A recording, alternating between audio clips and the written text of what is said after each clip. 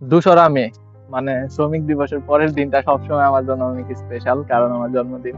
শুধু আমার না, আমার অনেক ক্লোজ ফ্রেন্ড সারোয়ার, তারও জন্মদিন। এর জন্য আমার অনেক স্পেশাল ফিল হয়। তাছাড়া আমার কাকা, তার জন্মদিন 2রা মে। আরো কয়েকজন পরিচিত আছে যাদের সেম দিনে আর কি বার্থডে। তাছাড়া ডেভিড বেকহাম, তারপর ডুয়েন জনসন, দ্য রক, তার জন্মদিন 2রা মে।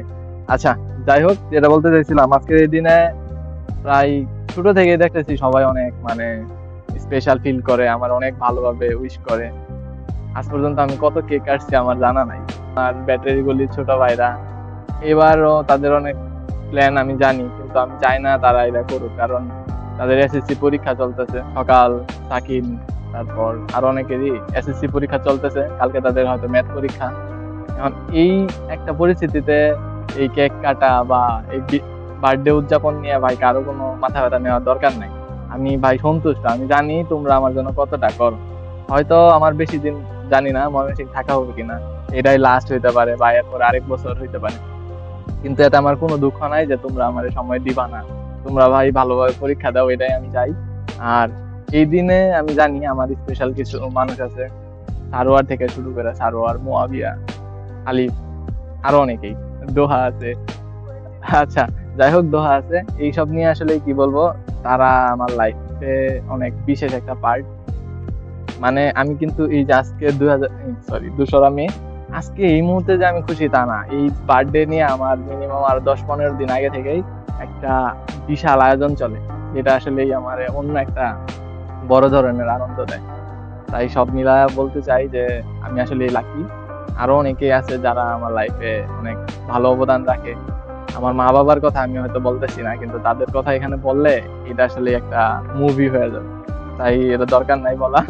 তারা বেস্ট, সবার বাবা মাই বেস্ট, তারাও সেই রকমই বেস্ট আর কি। সব সিভি লাইফে হয়তো 4 বছর, এটা আমার চতুর্থ বার্থডে ছিল আমার সিভি ক্যারিয়ারে। এই 4 বছরের ভিতরে আমি কোনোদিন আমার বার্থডেতে সিভিতে যাই নাই, সিভিতে যাওয়া হয় নাই। এবার ভাবছিলাম যাবো কিনা, আসলে কাকতালীয় ভাবে যাওয়া হয় নাই। এটা আসলেই হয়তো পরে যায় মিস করবো যে না, আমার ফ্রেন্ড সার্কেলের সাথে হয়তো একটা বার্থডে পালন করা দরকার ছিল বা একটু সেলিব্রেট করা দরকার ছিল। আর আমি সবসময় দোয়া চাই আমার লাইফ, আমি নিজে অলওয়েজ এলোমেলো করি। এই মুহূর্তে বিশেষ করে শান্তরে যদি আমি এখন ক্রেডিট না দেই, তাহলে এটা আমার অনেক বড় একটা ভুল হয়ে যাবে। ও অনেকটাই আমার মানে সাপোর্টিভ ফ্রেন্ড, অনেক ভালো ফ্রেন্ড। সব মিলায় আমি খুবই লাকি। আর আজকের এই জন্মদিন, আল্লাহ আমার আরো অনেক রহমত দান করুক। আমি সামনের দিনগুলো যাতে আরো অনেক ভালোভাবে কাটাইতে পারি, আমার ফ্যামিলি, ফ্রেন্ড সার্কেল বা আমার সফলতার দিকেও যাতে এক ধাপ আগে যেতে পারি। যদিও আমি জানি না আমি কিসের পিছনে আসলে দৌড়াই যাচ্ছি। যাই হোক, সব মিলে আলহামদুলিল্লাহ আজকের দিনটা খুব ভালো গেল। আমার আব্বু আম্মু, আমার বোন, সবাই বাসায়। এটা দেখে আরো বেশি ভালো লাগছে, কারণ এই দিনের জন্য সব বাদ দিয়ে আমার আব্বু চলে আসছে। আর কি লাগে, ওইখানেই হ্যাপি। আমি অলরেডি হ্যাপি আগেই হয়ে গেছিলাম, এত কিছু দরকার ছিল না। যাই হোক, তুমি প্রতিবার এটা আমাকে দাও। আর এই জিনিসটা আনলিমিটেড একটা স্মেল মানে আছে, স্মেল অলওয়েজ। আর এটা তো কি বলবো, এই ময়মনসিংহে নাকি আজকে কোথাও এই সূর্যমুখী ফুল ছিল না, একটা দোকানে জাস্ট ছিল, তবুও 2 পিস।